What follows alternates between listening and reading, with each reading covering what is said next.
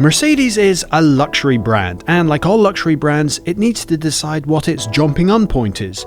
What's the most affordable way to get your hands on their product? And for 20 years, it has been this, the A-Class. Today, we've crossed the country in an X-Class, a car that not only sits at the opposite end of the automotive alphabet, but also takes us from one of the largest cars you can get in with a three-pointed star to one of the smallest. And we've done that to get our hands on the new 4th generation A-Class, and in particular, the A200. When you drive the original A-Class, you really do feel that Mercedes was jumping to a lower tier in the car market. It felt still nice, but not necessarily nicer than any other hatchbacks from other manufacturers. But now, the new A-Class, well, it has lifted a few tricks from its older brother, the S-Class. And what that includes in this car is this amazing new MBUX, MBUX, whatever you want to call it, Mercedes user interface double touchscreen, the first touchscreen ever put in a Mercedes. And it stretches in front of you. Okay, I'm going to start talking about this now because it is bugging me. One of the things it is brought in with this MBUX system is a user interface that is voice activated. Now lots of cars have them. Unfortunately, in this Mercedes, the listen word is Mercedes. So every time I say Mercedes, it starts waiting for me to give a command. And it's already tried to call stop! No, don't call! Mercedes is a luxury. Cancel, cancel, cancel. When you're in a car, and you're trying to do a review of the car and you're talking about the manufacturer quite a lot, which we'll now just call the M word, it can be quite frustrating when every time you say the M word, it tries to call someone. These two 10-inch screens in front of you, one replaces the whole infotainment screen and the other directly adjacent to it replaces all of your instrument clusters. And it's fully customizable between, minimalist ones, standard ones, sporty ones. If you drive the car, you can have it know that it's you from the touch of a button and set the seats, the lighting, the radio, all to your favorite settings. It adds up to a package that kind of starts to justify the price point for this car. This car, with its options fitted, is £31,000, and you'll probably have to drop as much as £27,000 to get this car in any trim. And that is a lot of money when you're considering you're only getting 163 horsepower, 184 pounds-feet of torque, and a 0 to 60 time of 8 seconds. And that kind of money, well, if you apply it to a hot hatch, will get you some seriously quick cars these days. So where Mercedes is trying to compete is the experience of being in the car, the comfort levels, the customization, the quality. And the cabin looks absolutely brilliant. I love the air vents in the car. They're so prominent and attention grabbing, but they're such a striking design, it just kind of works. This particular car is fitted with the AMG line trim.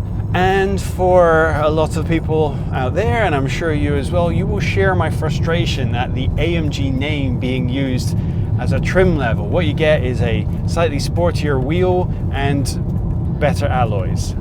One of the little touches that I love in this car is the augmented reality sat-nav. When you come up to a junction where you need some instruction, the screen turns into a camera from the front-facing camera on the nose of the car, and it overlays in 3D, in real time, an arrow floating in the air telling you where to go in the name of the road. And it's a stepping stone technology to one day having that projected on the windscreen, and that is the future I'm looking forward to, where you can just look through and much like a mate going, oh, you need to turn down here, there'll be a big arrow pointing exactly where you want to on the street. This may only have a 1.3 litre turbocharged engine, but let's see what happens when I drop a few cogs and put my foot down.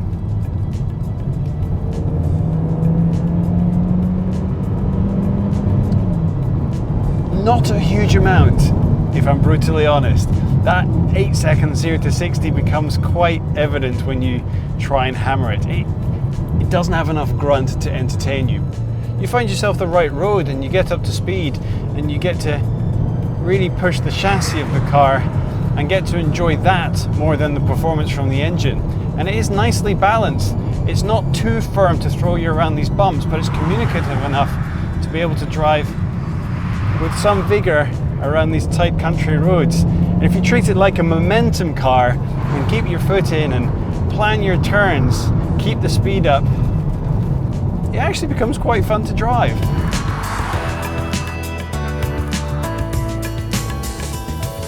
You know, I can ask Siri for a joke, I can ask Alexa for a joke. I wonder if I can ask the car for a joke. Hi Mercedes. How can I help you? Tell me a joke. Sorry, I'm too busy looking in the road. That's kind of a joke, but it's a very German joke. Turn on Radio 4. I'd like to know the radio station name. BBC Radio 4. People think transgender is will kind of just be irrelevant, and this is the thing. I Mercedes. don't think that people How can I help you? Turn off the radio. how out of step they are with young people's thinking. Okay, so clearly it has some way to go to be perfect. So the question is an A-Class, the baby Benz, is it a real Mercedes-Benz? Are you really buying a car that embraces the ethos of the brand and its history, or are you merely buying a cheap car with a 3-pointed star slapped on the front? Well, you are buying a real Mercedes-Benz, but it just means the width of what that means is larger.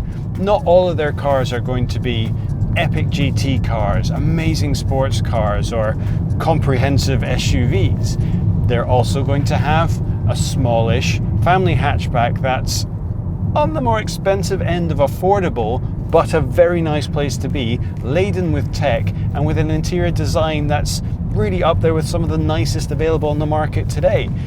If you're dropping £30,000 on a brand new car and you've decided that complete dedication to speed and acceleration aren't really your thing, but you want somewhere that is going to be a pleasant place to be in a car that you're not going to regret buying immediately after going on your first drive, then the new A-Class certainly should be up there with your choices.